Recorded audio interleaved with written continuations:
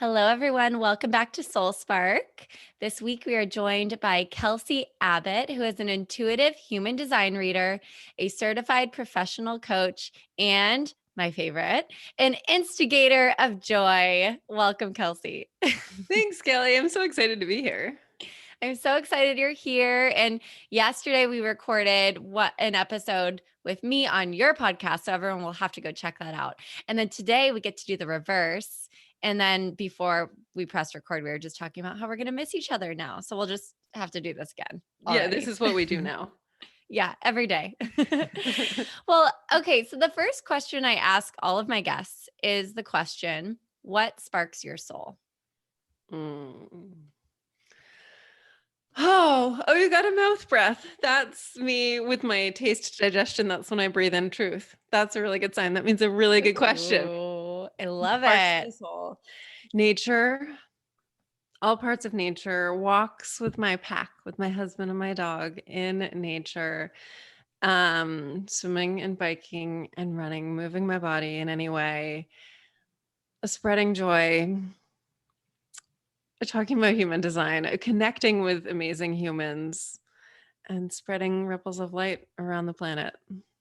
Mm, I love that. Also, I love passion that. fruit sorbet, Oh, where or does all one forms of find passion that? fruit.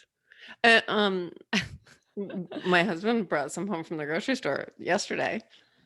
Oh, do you know the brand, or can you tell me later hmm and I can tell everybody? What is it? I think it's Ciao Bella, or it's something very similar.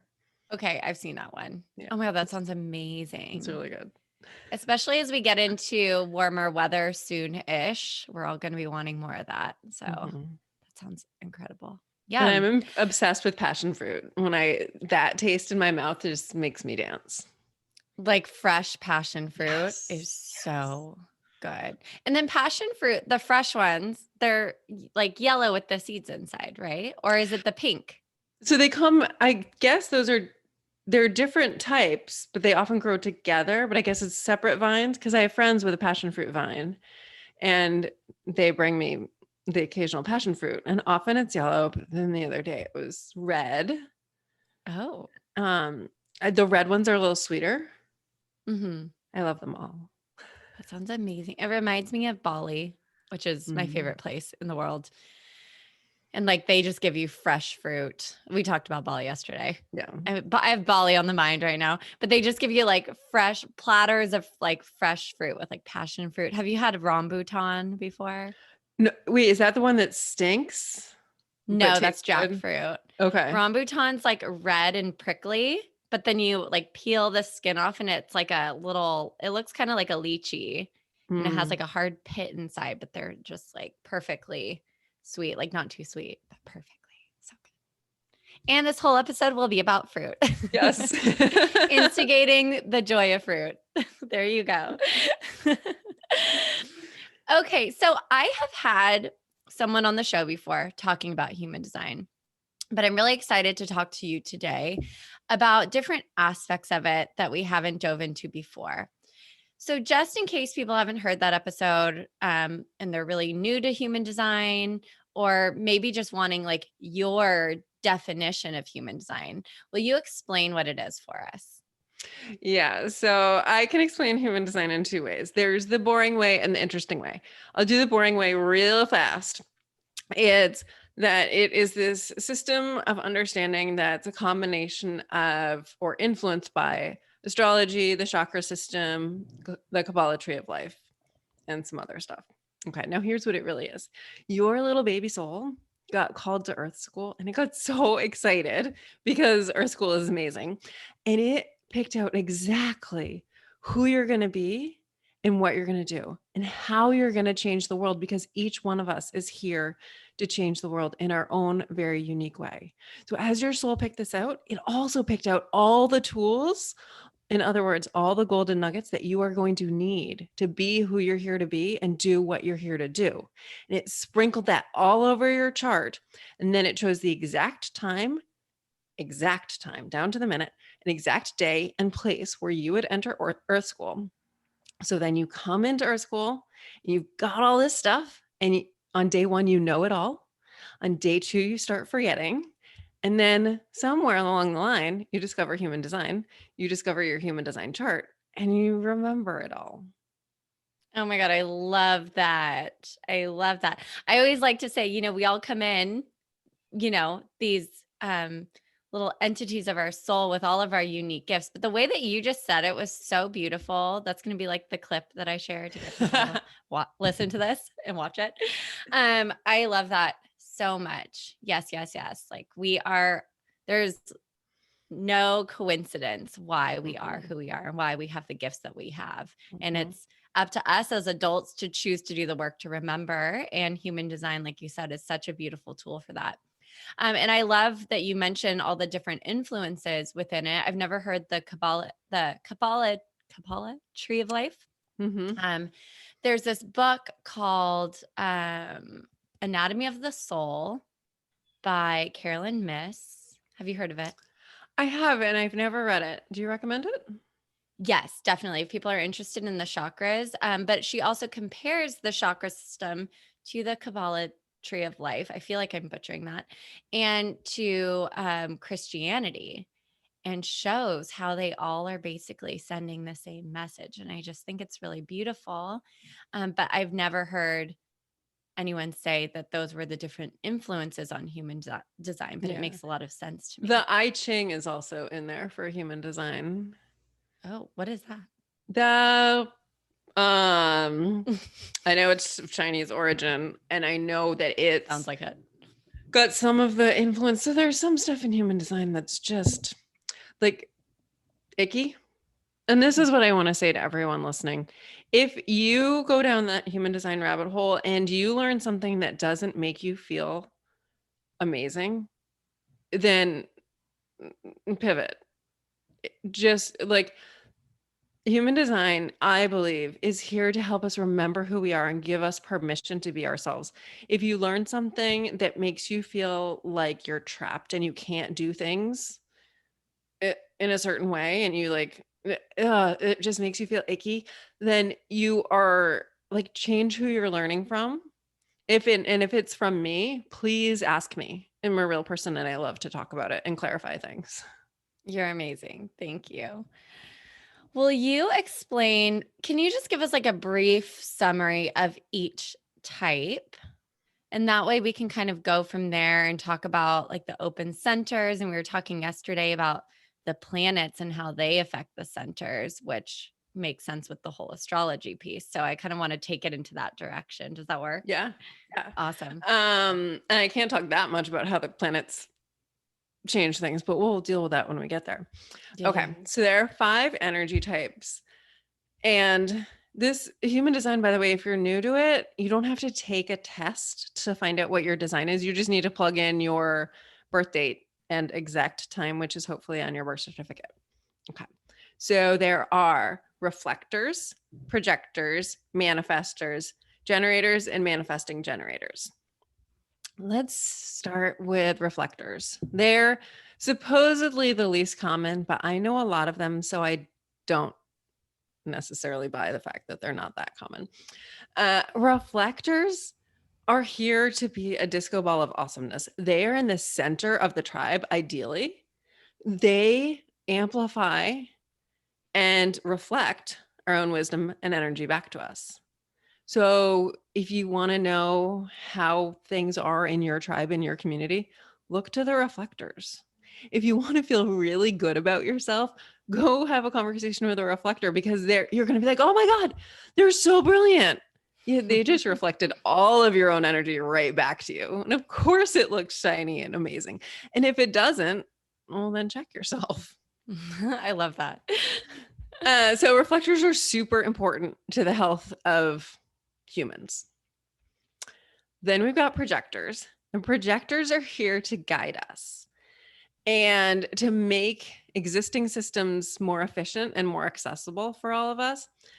And projectors are, no type is like any other type, but projectors really need to remember that they are like a bird hanging out on the branch of a tree, watching all the rest of us scramble around on the forest floor.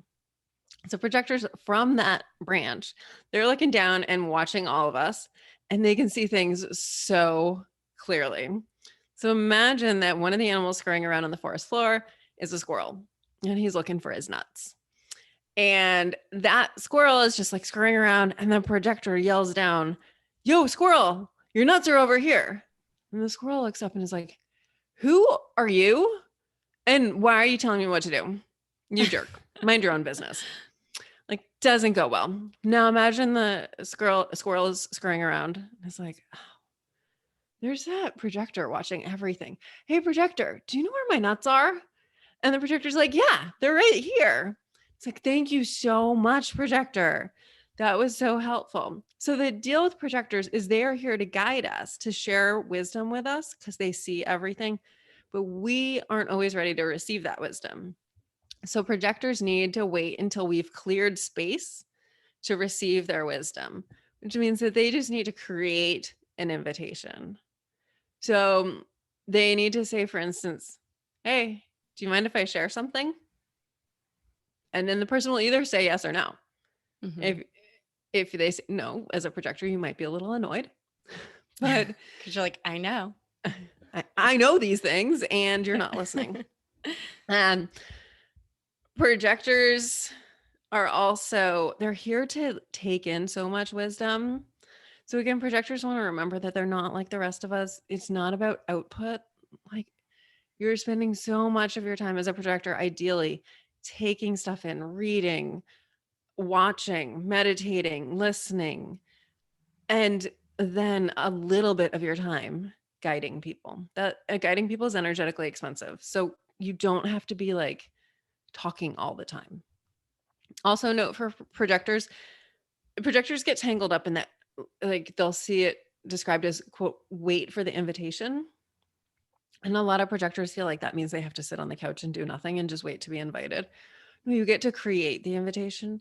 And whatever it is that you're passionate about, projectors, just go ahead and create it. You don't have to wait to be invited to make your pottery or write your book or whatever it is. It's just when you're sharing unsolicited advice. And really, this goes for all humans. Ask before sharing unsolicited advice, please. We all appreciate Totally. it. Yeah. Quick Okay, so question. what's that? Quick question. Yeah, Sorry to interrupt you, but quick it's okay. question. Are there specific types of jobs that people of each type generally tend to go towards or Mm, would be best at? No, because you can be a projector in like every career. You can Mhm. be a reflector in any way. There's sometimes people say that projectors and reflectors don't have as much energy as the other types. That's a little nuance, but I just want to say I know a reflector who's an Olympian. I know a projector who's an amazing athlete. So it doesn't mean that you just like sit around if you're a Yeah. projector or reflector. Okay. Cool. Okay, so manifestors. That's what you are, Kelly.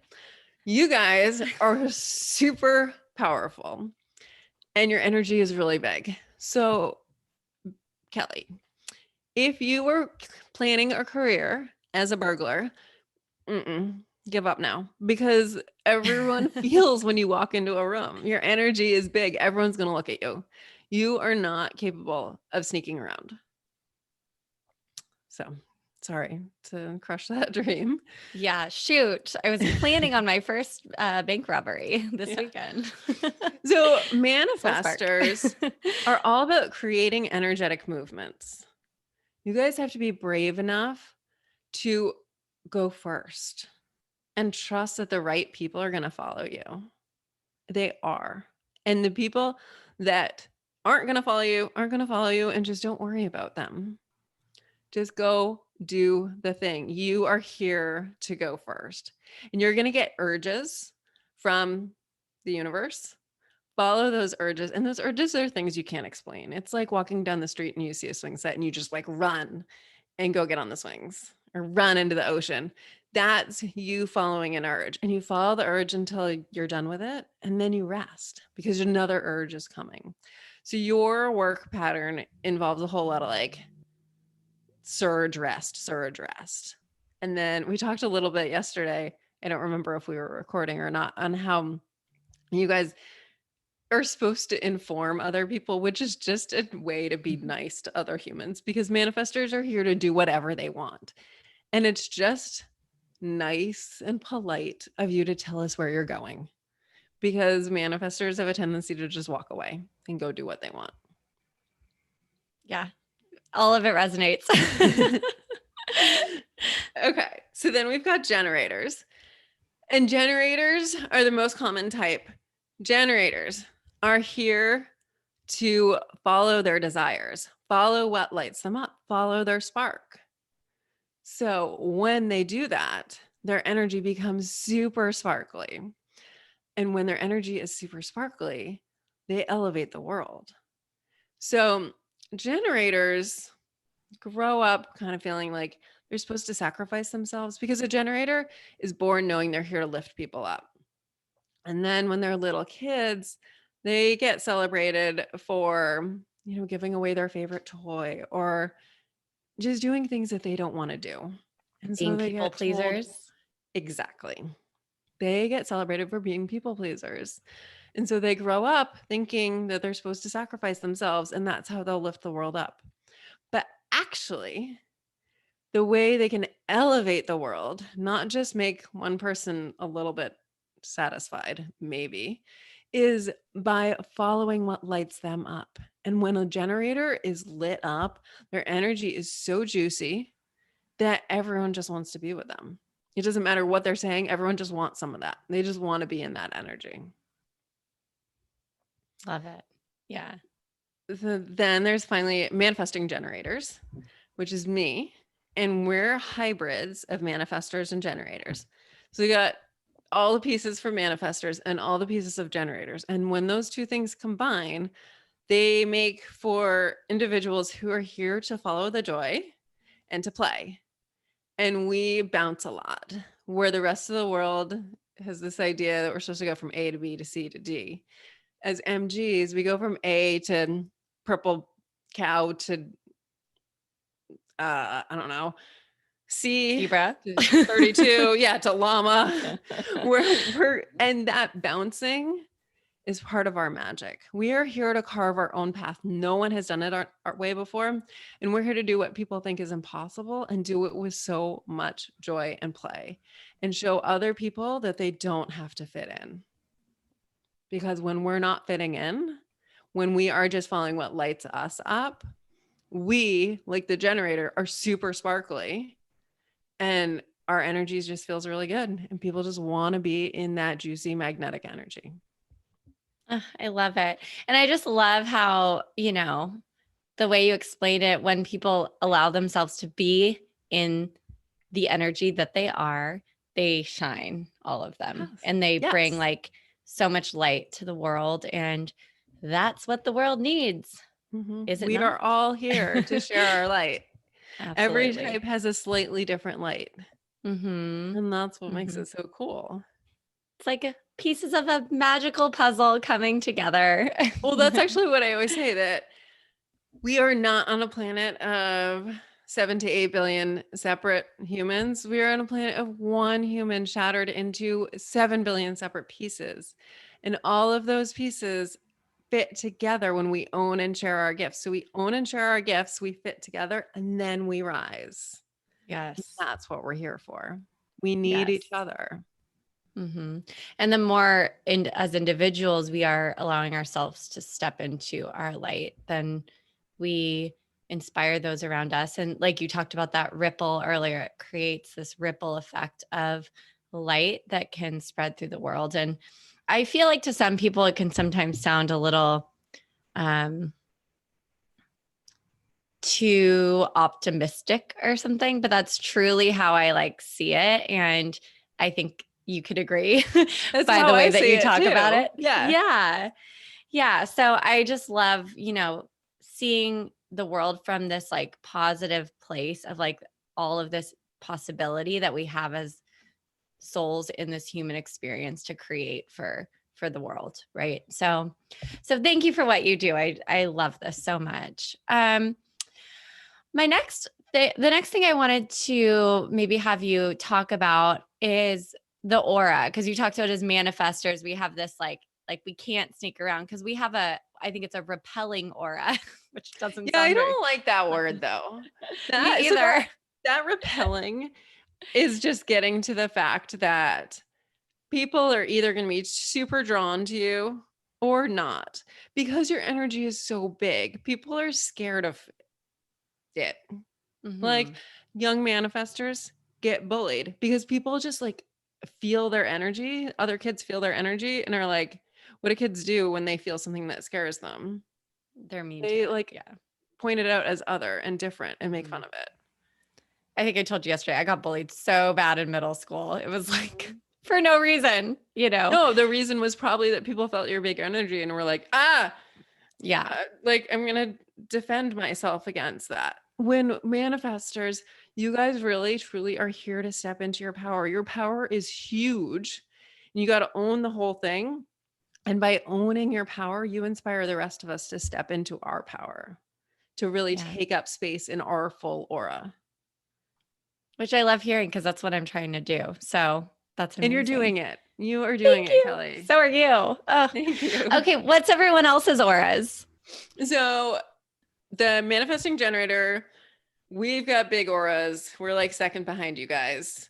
We need a lot of calories also. So MGs, Mm. eat, please. And then generators have big auras, and projectors probably have the smallest aura. And reflectors, of course, have the aura of anyone, whoever they're near. They're just going to reflect Mm. it back. Mhm. Projectors, it's like when a projector is thinking about eating, projectors tend to eat. They like nibble throughout the day. That is natural for them. And that's what they've got to do. Oh, I love that. Yeah, a projector will they're like all day samplers. Yeah. You know, one of my clients, we found out she's a projector, and I can't wait to have her listen to this and see, you know, which aligns. What does everyone else eat a certain way, or is it just kind of projectors that have a certain way of eating? It's It's kind of just fascinating. projectors, but manifestors, the thing that's fun about you guys is whatever you believe is true will be true for you. So if you believe that sweet potatoes are really good for you, like really good for your body, they are going to be. If you believe that sweet potatoes are not good for you, they're not, like you're not going to digest them well. Yeah. So if you believe that McDonald's is really good for you, you're probably going to be fine eating it.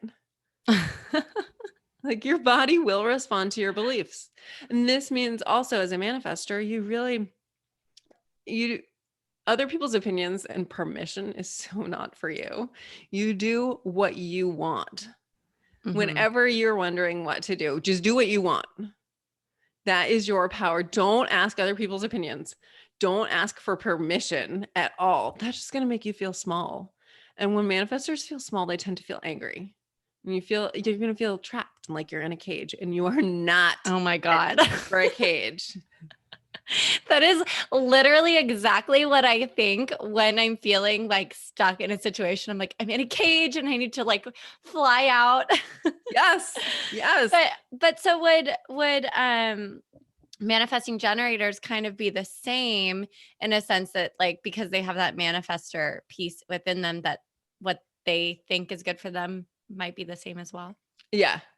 We have it. It's not as strong as it is for you guys, and Mhm. it's stronger. Like some MGs have a little more manifestor energy and some have more generator energy.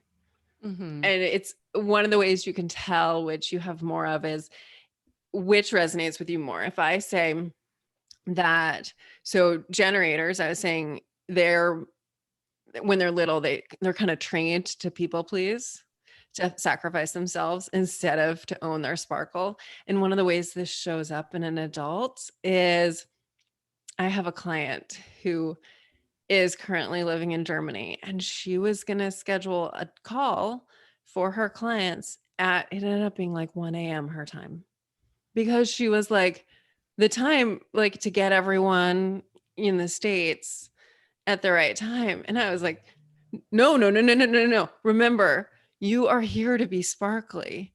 And while that might be convenient for the people that have signed up for your call, You will they not signed be up for the sparkly. call to be in your sparkly energy. And I'm not sparkly at 1 a.m. at all. No. So catch No yourself time on after like that. 9:30 p.m. will I be No, sparkly. no, really after Unless I'm on 9. the dance floor. Yes. There are exceptions, but really don't talk to me after 9 p.m. Yeah, totally. I'm in bed. And then manifestors. So when a manifestor is born, their energy is huge. So they're the energetic leader of their family from day one. So we can talk to your parents about that, Kelly. Oh Were my they God, they born would completely instantly? agree. Yeah. So manifestors, like little manifestors, don't need parenting. They need love. They need shelter. They need to be cared for, but they don't.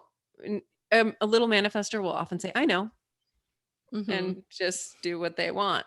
So manifestors, though, because their energy is so big, they're often told, or they come to understand that people are saying to them, you're too much. You're too big. You're too loud. You're too whatever. And so they shrink themselves and make themselves small and try and hide themselves. And then it's all about learning to be big and step into their power. So, manifesting generators, which one of those resonates more with you? Do you feel like you had a big like connection with people pleasing? Or were you like, oh my God, yeah. I always felt like I needed to shrink myself and I was scared to be big. That for me, I definitely resonated more with I was shrinking myself to make other people Mhm. comfortable. Totally. I completely resonate with that as well. I love this because I'm all about people like uncovering the limiting beliefs they hold about themselves so that they can move past them. And this is such a beautiful way to help people pinpoint that, and I'm sure everyone can resonate who's listening, at least to some degree. What are more of the like limiting beliefs that projectors and reflectors And so come up with? projectors feel like they need to, well, both projectors and reflectors often feel like they need to keep up with especially generators and manifesting generators. And so they have a tendency to run themselves into the ground. Uh, Reflectors, one of the things they need to remember and embrace, which is often, it's like their lifelong mission, is that they're everybody and nobody and everything and nothing. That for them, every moment is a brand new moment. It's true for all of us, but it's so true for them that, like, they'll be surrounded by a bunch of people in the morning and then a different bunch of people in the afternoon. And it's going to make them feel different. It's going to make everything about them be different. Mm-hmm. So, not reflectors need to understand that they're free to not slap a label on themselves. Mm-hmm. Don't try and define yourself. Don't try and niche down if you're a reflector. Just let it evolve, let it flow through and check in with yourself, like, who are you at this exact moment? Yeah. Would you say that they need to be extra careful though about like the types of people that they surround themselves with? Because Yes. obviously with that, you could, if you're, surrounded by, or you're with someone who's really like negative or, something lower vibration like that would pull your vibration down. Yeah. And probably make you sick. Mm, So, like, you are going to embody that negative energy if you're a reflector. And yeah. this is true, like in all of our open centers, we're going to take in the energy that's around us. Hmm. And it just so happens that reflectors, all of their centers are open. So it's like they surround themselves with negative people, and all of a sudden they're just wearing the negative energy. Hmm. So yeah, do you want to explain what the centers are real quick? So if people look at their chart and they're not familiar with it, because I know like when you first look at your human design chart, you're like, what are all these triangles and Yeah. squares and things? And Yeah. Yeah. Yes. So there are 9 centers in human design, and they are all different shapes, and the shape doesn't mean anything and the color doesn't mean anything. But if it is colored in, then it's defined. And if it's white, then it's open. And we'll talk about what that means in a second. But Hmm. I don't want to neglect projectors Hmm. on what were we talking about? We were talking about The limiting beliefs that they right, get. the limiting Yeah. beliefs. So projectors feel like they need to keep up with MGs and generators, Mhm. and they just burn themselves out. They feel like they need to be working all the time. Like the word that's coming to me is putting out all the time. Like they just feel like they need to be guiding people all the time. And that is going to lead to adrenal fatigue or burnout of some sort. It doesn't work for them. It doesn't work for their physical bodies. That makes sense. Yeah. Rest, projectors, and manifestors. You guys often, there's an artist I know who's a manifestor, and her natural cycle is paint, nap, paint, nap, paint, nap. Like napping is an essential part of her artistic process. Mm, I love that. I'm still kind of like a little bit of a workaholic. I'm definitely so much better now. I like try to take 2 full days off every week, try to like go on a like long weekend every month. But I used to like teach crazy amounts of like I taught 8 spin classes a week at one time and like was doing all my other stuff. And I definitely had adrenal fatigue. I didn't realize it till later, but I was just so exhausted. And I've worked that way in different capacities for so long. And when I learned my human design, I was like, oh, I'm not a generator. I'm not meant to be, even when I'm passionate about it, going, going, going, going, going. Right. Yes. So again, I just love that this whole system gives us permission to be who we are and to just have this deeper understanding of ourselves. And nothing's a surprise, at least for me, when I learn about my chart. It's just like, oh yeah, that makes sense. Okay, cool. Like that's all right that I'm like that. And everything when I learned my chart was okay. Wait, when I first saw my chart, I was left in what? I don't like, I get nothing from this. When I first understood my chart, it was, oh my God, yes. Kind of like an I knew it and thank God. And oh, this is just a life changer. Because I Mhm. feel like I'd been bullied by business coaches who kept telling me, Kelsey, you have to do it this way. And that kept showing up in my life. And then learning my design, look, I'm not supposed to do it that way. And I know I'm here to carve my own path. And as much as I get tired every once in a while, and I'm like, I just want to follow the rules, like it feels like everyone else has this like rule book that they're following. And I remember this from like 3rd grade, being like, I feel like everyone else knows how to do things and they're all doing it one way. And so I would try to do it their way. I would try and do it the same way everyone else is doing it. And I never made it through a full school day, even doing it that way. It Mhm. seems like, oh, why do I have to carve my own path? I want to just follow the rules. Oh God, this is horrible. Okay, never mind. I'll Yeah. keep going my way. This is not working for me. Yeah. Totally resonate with that. Okay, well, you tell us more about the centers a little bit. And then I want to talk about relationships and how people can Mm, use their human design in their relationships. yes. So yesterday on my podcast, you talked about the chakras. And now we're going to talk about the human design energy centers. They're kind of like this, but not this. And in some ways, not at all like this. So if you've got an open root, we're starting at the bottom. If you've got an open root, you have what I lovingly call a Velcro butt, meaning you can plant yourself in one spot for a long time. And you're going to feel and amplify what's going to feel to you like other people's panic. And what you need to remember is other people's panic is not your panic. You are not made for deadlines. You're not made for pressure from your body. If you've got a defined root, you are meant to move your body.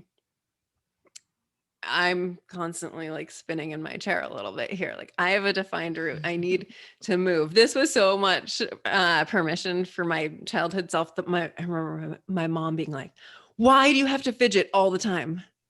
Well, mom, because I have a defined route. Mm-hmm. This is what I made. And as you said that, I'm like, my butt is Velcroed to my seat. I am not moving my butt. Yeah. I told you Mine's open. yesterday, my husband has an open route and he has wheels on his desk chair. So he'll like literally wheel himself around just because the effort, it seems like the inertia to like release the Velcro on his butt to stand up is just too much. Yeah. You're like so grounded. Yes. Yeah. Yes. So then we're going to go over to the solar plexus. In human design, the solar plexus is the emotional center. If it's defined, you have what's called emotional authority. And the authority piece, ignore that word. It doesn't really make sense. If it's defined, it means you have your own emotional wave. And there are 4 different emotional waves. So everyone kind of experiences that differently. If it's open, it means you feel and amplify other people's emotions and you don't have your own emotions. So feelings and emotions are different in human design. A feeling comes from your head. You think something and then you feel something as a result. Like you receive a beautiful bouquet of flowers and you think, that was so kind, and you feel happy. The emotions have no thoughts associated with them. And if for those of us who have emotional authority, who have our emotional waves, if we go up into our head, we start feeling an emotion and we go up and we do what all humans do, which is say, what's wrong? What's bothering me? We will always find something. And then we create a feeling. Feelings last until we change the thought. Emotions will last about 24 hours. So you just got to ride that emotional wave. I love that description. I'm like, okay, that was good. Love it. Thank you. Okay, so then the sacral center is defined in generators and manifesting generators and open for everybody else. So if it's defined when you are doing something that lights you up, you're going to create more energy and you're going to create this juicy, sparkly energy. If it's open, you don't know what you want always. So I mentioned this yesterday in our conversation that manifestors, in particular, this comes up for manifestors. When you're going out to dinner with a bunch of people, a manifestor will often look at the menu, see what they want, everyone else orders, and then it's their turn and they order what everyone else ordered because they're just amplifying everyone else's desires. So what I tell people with open sacrals is when you're going out to eat, look at the menu ahead of time, choose what you want and commit to it and order first if you can. Maybe write down what it is. Just trust yourself. Mm-hmm. Then we go over to this spleen. If your spleen is defined, you're intuitive. And if you have an open spleen, you're going to feel and amplify other people's fear. And it's actually sometimes like you feel and amplify, you take something that's like a little niggling worry of other people's and you just like make it real big. You can make it be all lit up in neon. I don't recommend watching news for anybody, but especially if you have an open spleen, don't do that to yourself, please. You're just going to feel and amplify all of that, which is already really amplified. Yeah. Yeah. Maybe if everyone just didn't a little bit more, everything would be less amplified. Exactly. Love that you said that. Then the ego center, which is, this one's confusing because it's also called the heart center and the will center. Let's just call it the ego. Very different from chakras. Yeah. This is where we're getting into the area where it's all really different. Yeah. So the ego center, if it's defined, you have strong, consistent motivation. Now, society tells us we all have strong, consistent motivation, but actually most people don't. For most people, your motivation comes in waves. So if that's you, just breathe right now, please, and own the fact that you don't have to be motivated all the time. I have strong, consistent motivation. And that means that I can't remember, Kelly, if yours is open or defined. It's open. Okay, so right now you have strong, consistent motivation. Because you're going to feel my motivation. Oh, I see. Yeah. Mm-hmm. But in general, I don't have consistent motivation. No, but I'm like cool with it now. But I used to think something was wrong with me because that's what society has told us. Right. Yes. So love that you mentioned that. Yeah. At the start of COVID, I saw so many athletes reaching for these challenges. It was like every fitness app was doing a challenge.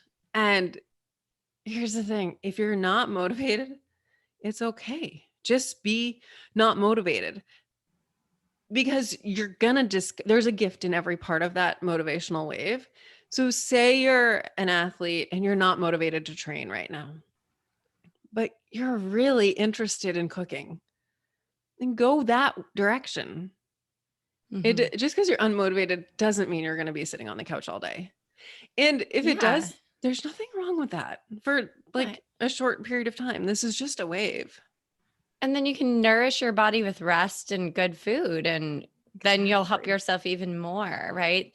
Like you said, it's all, everything is an ebb and a flow. And when we can embrace those ebbs and flows and like our natural state of being, we can find ways to nourish ourselves and move forward even when we're in the ebb. So Exactly. yeah. That was really well said. Yes. Thank you. Then we've got the G center.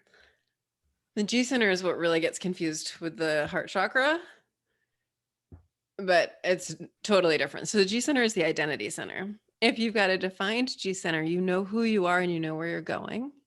If you have an open G center, you're everybody and nobody. You're a chameleon. You are going to, I have a good friend who's a professional coach, and it amuses me that she specializes in corporate stuff, because whenever I see her, she's like wearing what I call normal clothes. She's totally down to earth and normal. And I think it's hilarious that she becomes this like very straight edge corporate coach. She is an open G center. She goes into that corporate scenario and she is corporate. And that's the gift of, it's like the superpower of the open G center. Then we've got the throat center. And if that's defined, you're here to speak your truth. And of course, everyone is here to speak your truth, but if it's defined, you're here to speak your truth to more than just your people. And if it's open, you're here to advocate for others. And then we go up to the Ajna center, which is the mind. If that is defined, you're here to hone your perspective, like really hone your opinions. If it's open, opinions are just going to flow through you. I say that if you have an open Ajna, which I do, your natural state is like a wide open Montana sky. If it's defined, your natural state is like a library. Like people with a defined Ajna have this whole filing system that does not exist in here. When something confusing comes into my mind, and with my open Ajna, it will swirl in there. And when I identify it as truth, or when my body receives it as truth, it drops into my body. So truth lives in my body. And that's how I discern. But I will ask somebody with a defined Ajna sometimes, like if I can use their trash can, because they have a trash can in that whole library system. Like, can I throw this out? This doesn't make sense. And I'll be like, can I throw it out again? Can I throw it out again? Because it keeps swirling. Yeah. And then finally, we've got the crown. And the crown, if you have a defined crown, then you basically inspire yourself. If you've got an open crown, you're going to get inspired from things around you, from nature, from the environment. If you have an open crown, you're going to be really susceptible to mental pressure. It means shoulds are not for you. I can't remember if we were recording, Kelly, when I was telling you I recently created an email auto response. I have an open crown, and the like pace with which people email and then want a quick response, and just like the unread emails sitting in my inbox, the pressure is so much for me that creating this auto response was just like weight lifted. Yeah. Yes. Yeah.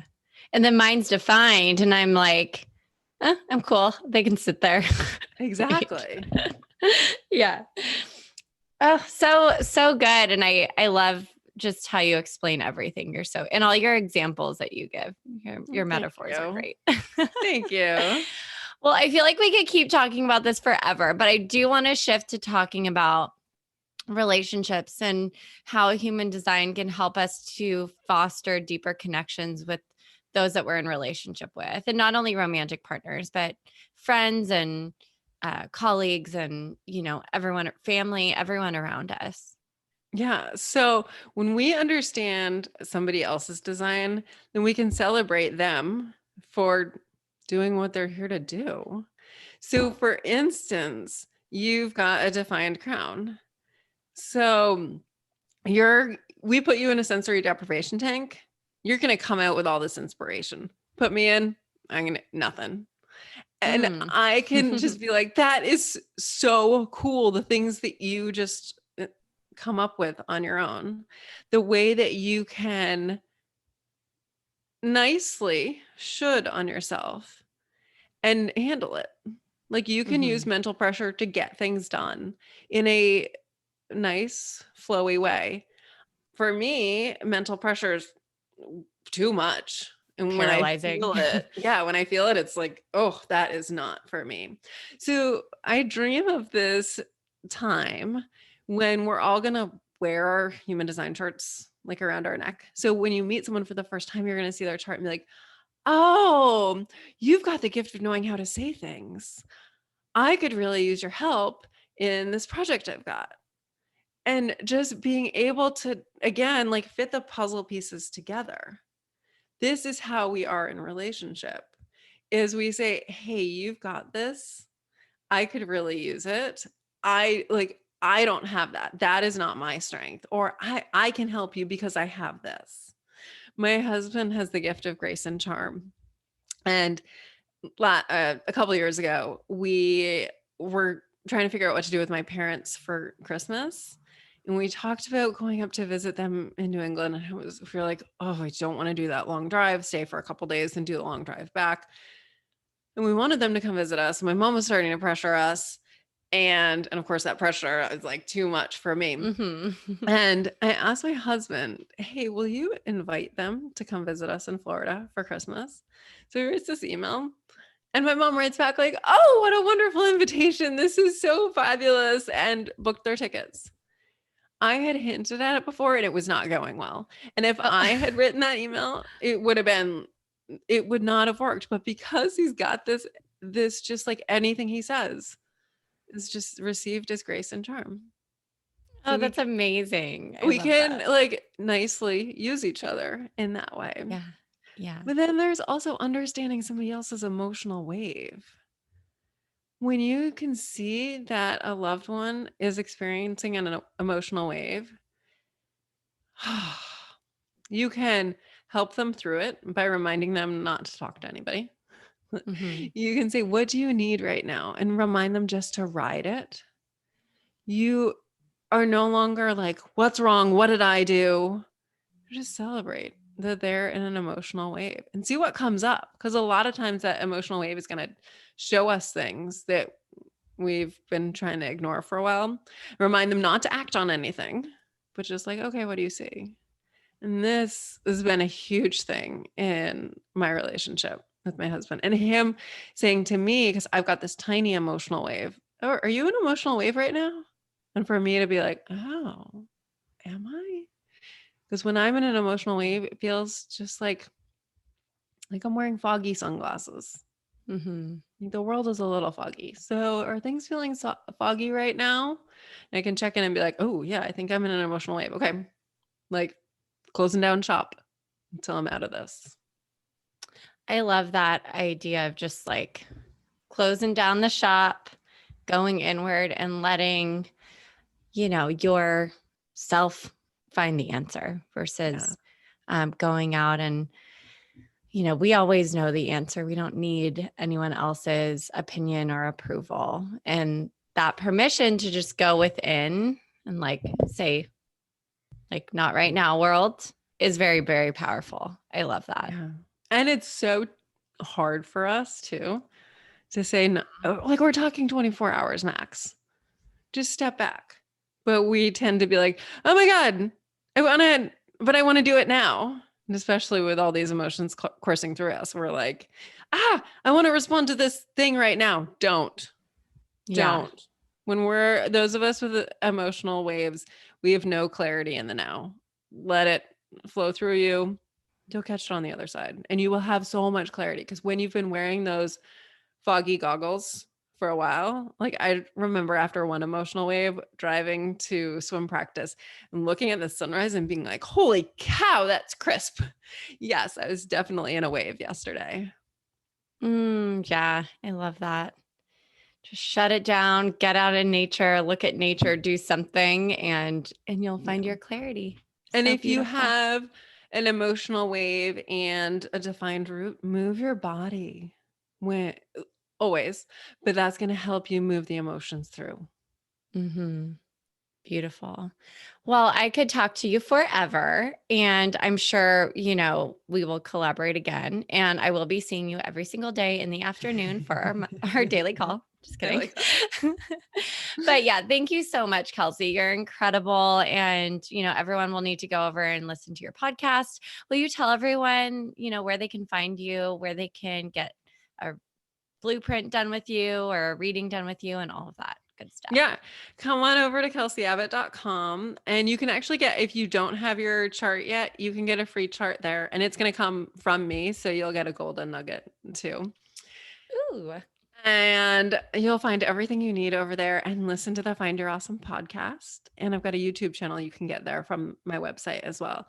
I retired from social media, from Facebook and Instagram last year. So you will find some old content there. You'll find some useful stuff, but it's all on my website now. So you don't need to Good for muddle around you. that spot. That's Thank amazing. you. Yeah, I was like creeping on your Instagram earlier and I saw that you put that you're not hanging out there right now. Mm-mm. Is it permanent? I don't know. We'll see. It's Yeah. been But you almost have a so year. much time. I don't miss it at Yeah. all. Right now, it Yeah. feel like I still have the apps on my phone, but I don't touch them. They feel like they're gross. Like if my Mhm. finger comes near, I'm like, oh, I don't want to go in there. Yeah. Yeah, it's not for Yeah. me right now. Totally. And when I start feeling that way, I delete it for a few days and I'm big on detoxing at least like a day or two a week. So I love it's like that icky feeling. So you guys, if you're getting an icky feeling with anything, just Yeah. no. Listen Yeah. to that. Yeah. And there are different ways, different things in your chart for like how it's best for you to quit things. Mm-hmm. And Cool. I'm creating a 4-week course on how to quit the stuff that isn't serving you. And I imagine Beautiful. some people are going to want to quit social media during that 4-week course. Totally. Yes. Everyone go check it out. That sounds incredible. I want to check it out. So thank you again, Kelsey. This was so awesome. Thank you, Kelly. I'm so excited for our new just afternoon chats. Yes. Daily chats.